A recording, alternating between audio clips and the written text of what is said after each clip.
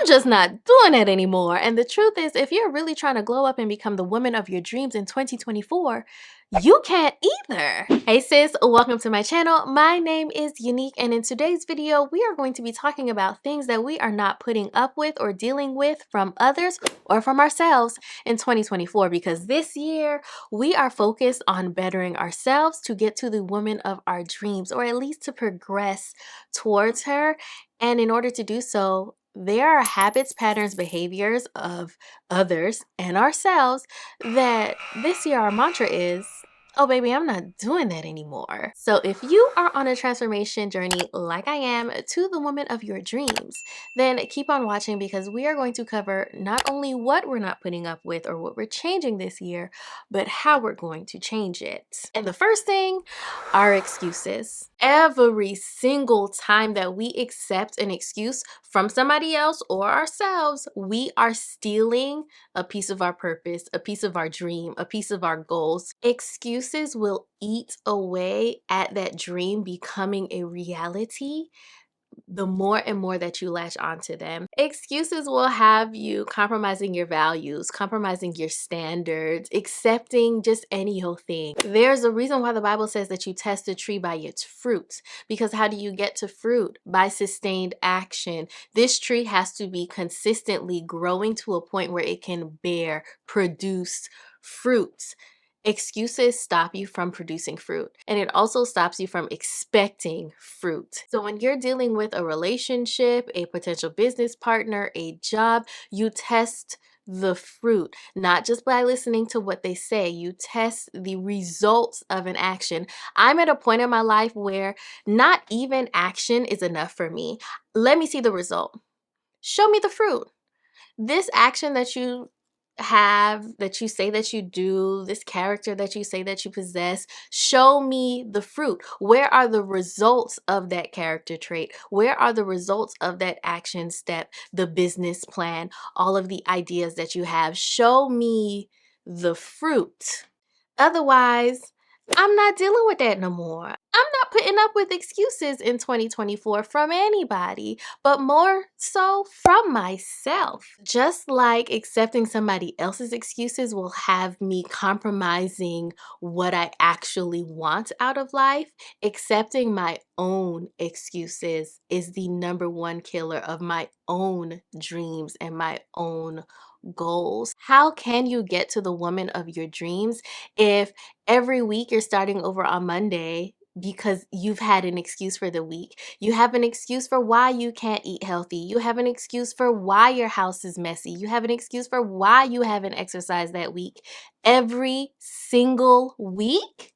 Sis, at what point do we go, enough is enough? Either I am going to do the required action in a sustainable way consistently in order to bear and produce the fruit, the goal, the desires, get to the dream version of me that I know is destined for me, or I'm gonna stop talking about it. God gave us free will. He gave us choices. So either we can make the choice to move forward and take the action to get us to our greatest desires and our dreams, or we can make the choice to live in excuses. The only way that we get rid of our excuses in 2024 is actually developing an action plan. I'm a process girl. I'm a systems girl. Let me develop a system. I need to know not only what I'm doing, why am I doing it, when I'm doing it, and who else is involved. Okay? So, for instance, my dream self is in shape. Okay? She really need to stop eating this tiramisu. Now, I can make the excuse that it is time, or my lack of time, why I don't eat well. By the time I get through my day, juggling all of the different roles that I juggle, I easily can get to like 4, 5, 6 o'clock in the evenings before I realize I haven't ate today. And what have I been reaching for? Girl, tiramisu. Okay, now every single day I can make the same excuse use of time. I don't have time to eat well. Or I can put together an action plan that is going to help me get to my dream self. The girl who is in shape, the girl who isn't snatched, okay? How do I do that? First, why? Why is it important to me to get in shape?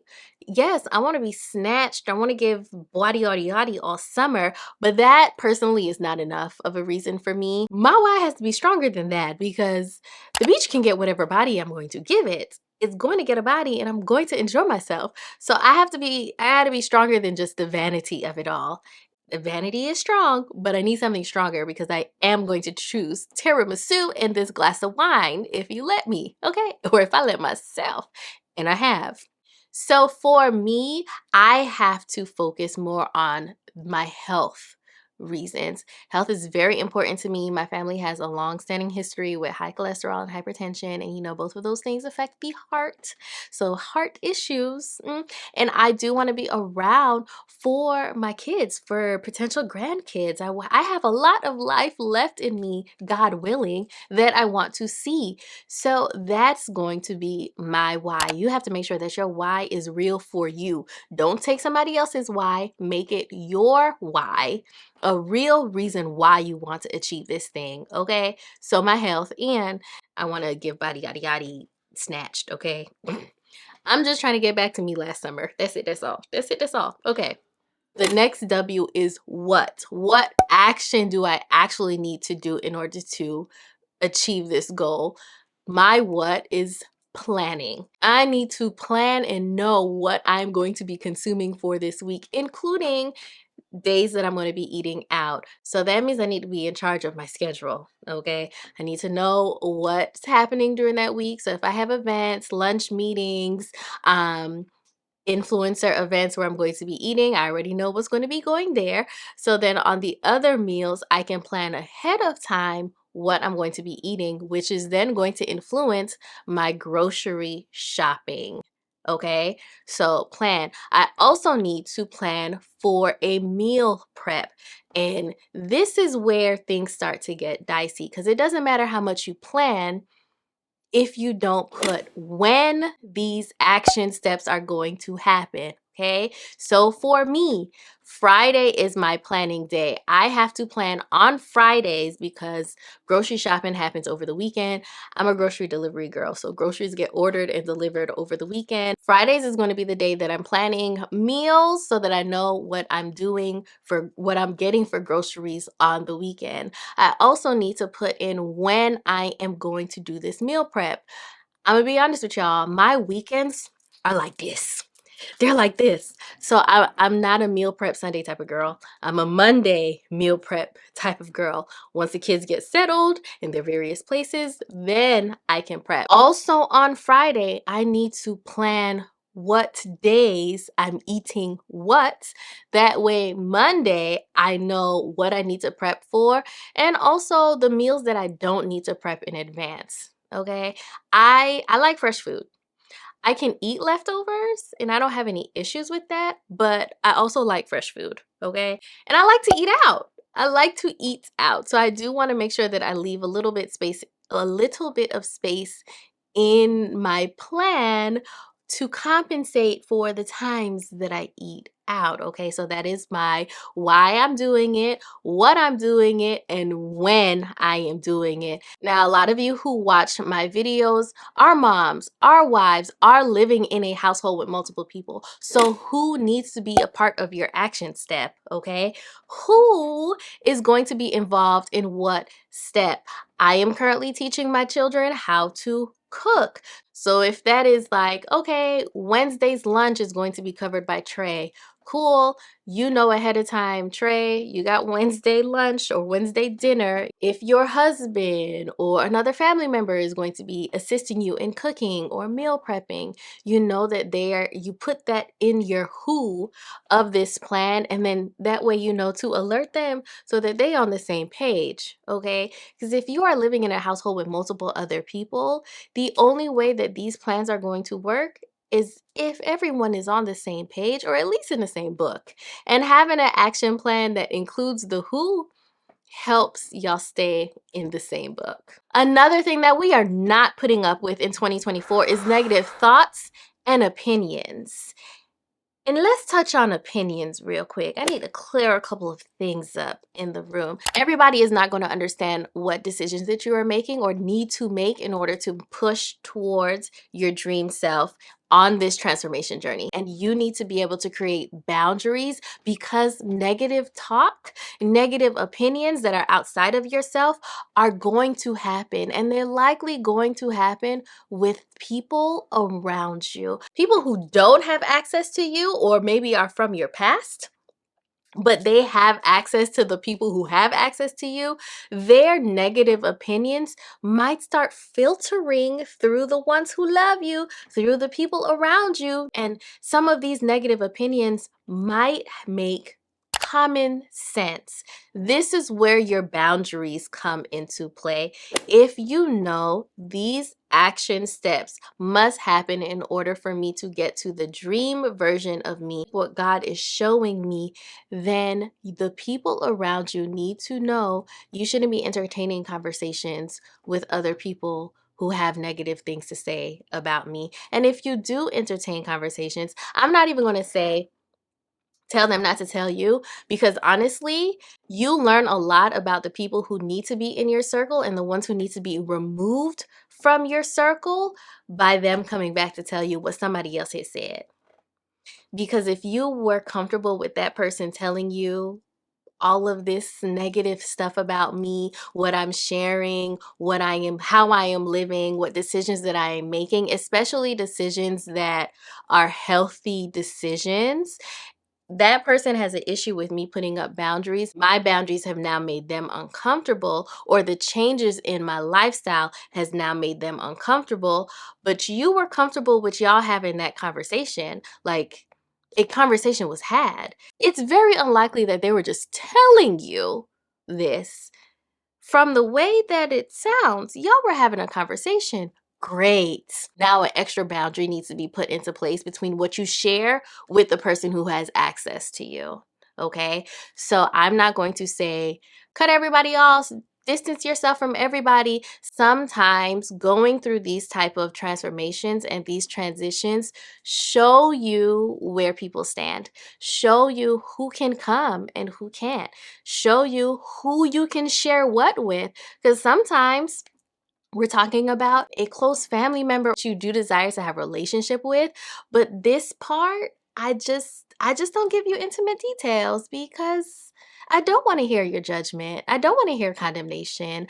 I know what I'm supposed to be doing. It has been confirmed divinely for me, and therefore your negative opinions do not align with the season of life that I'm in right now. And so I'm going to create a boundary here. And honestly, you have to do that within your own mind, because your negative self-talk can have the same detrimental effects that somebody external to you, their negative talk has. If you believe within yourself that you're not capable, that you cannot achieve something, that you're going to fail, you're going to steal that dream version of you from yourself before you can even start to really piece things together to get on the path to start seeing some results of your actions.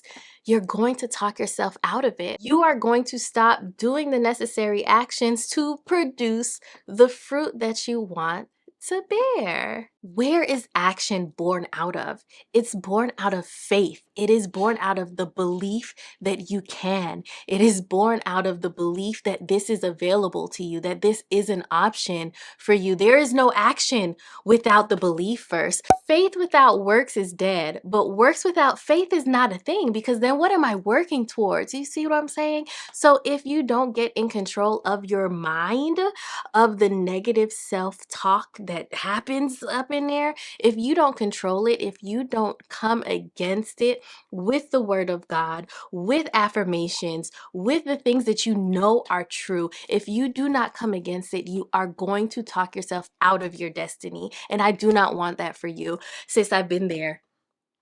I have done it. I have lived and I am actively working out of it. Thank the Lord for therapy. And one of the things that I have learned in therapy is that faith is not built on success, right?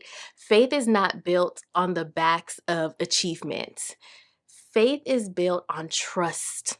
It's built on trusting yourself. It's built on trusting God and knowing and trusting that His promises and His words are true and that your actions are going to be part of a bigger picture.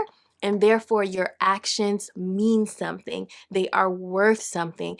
I can go forward with this action because I know the fruit that is going to come out of this. Even if I don't know exactly what the fruit looks like, I know that something is coming out of this work. And so I'm going to put my faith behind the work and I'm going to keep on going until I achieve that goal, until I get to the next step, the next platform, the next level. Another thing that we're leaving behind, lack of accountability. And community gives you accountability. There is nothing like having a person to work out with, to read the Bible with, to go through a challenge with.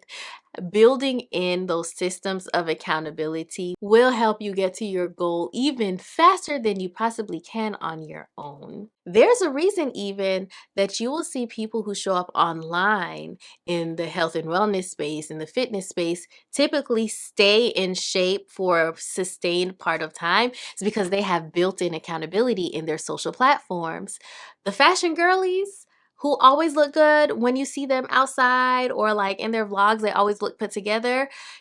It's a built-in accountability system. I know that I'm going to be on camera, so the likelihood of me looking good or looking put together goes up tremendously because the camera is my accountability. You need to be able to put those type of systems in place. Find your accountability partner, sis. Get into community with women who are trying to achieve, not doesn't have to be the same thing, but they're trying to achieve their dream versions of themselves. If you have a hard time holding yourself accountable, get in relationships with people who will help you in a healthy way, who will hold you accountable in love, okay? Because you can give me honest, but give it to me sweet. Pour some honey in my honesty, okay? Give me a teaspoon of sugar with my honesty, okay? I don't believe in honesty needing to be harsh and brutal to be the only way that you can be honest with me. Give it to me sweet, okay? Give it to me with love. Love me enough to fix them words up nicely, okay? That type of accountability is going to take you so much further than you can go just strictly off your own strength. I promise you. And finding accountability without comparing yourself to the same women who are holding you accountable is the key, okay? Because the next thing that we are not putting up with in 2024 is comparison. Do you know how many women I have spoken to within the last 6 months alone where their negative self-talk comes out of comparison?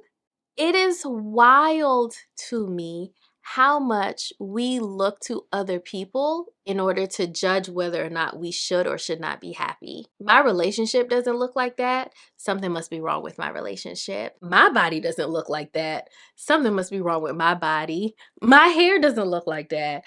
I am doing it wrong. Like, there is a difference between drawing inspiration or motivation from someone to completely doubting yourself because you are comparing your life, your purpose, your passions, your experience to somebody else's. When it comes to the women in my life, my friends, the girls that I call my friends, my sisters, okay, it would be so easy for me to see their wins and think, well, they're already winning in that, so then I can't.